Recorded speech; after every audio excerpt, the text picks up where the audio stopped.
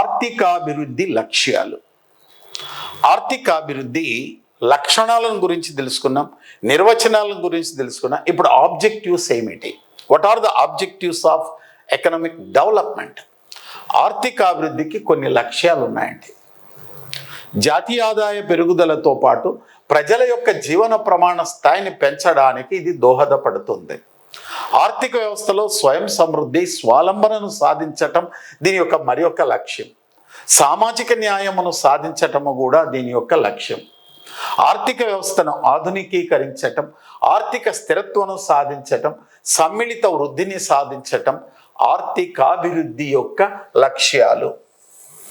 What are the objectives of economic development? Economic development having several objectives.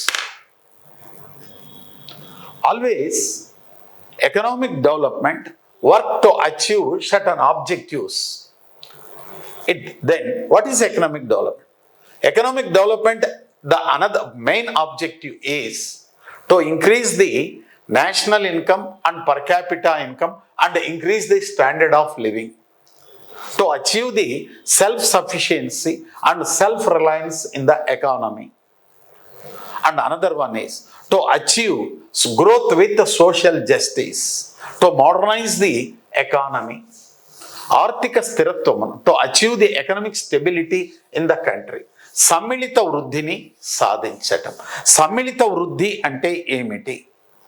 అభివృద్ధి ప్రక్రియలో అన్ని ప్రాంతాలకు, అన్ని వర్గాల ప్రజలకు ప్రాతినిధ్యాన్ని కల్పించి అభివృద్ధి ప్రతిఫలాలను అన్ని వర్గాలకు, అన్ని ప్రాంతాలకు అందుబాటులోకి తీసుకొని రావటాన్నే సమ్మిళిత వృద్ధి అని అంటారు.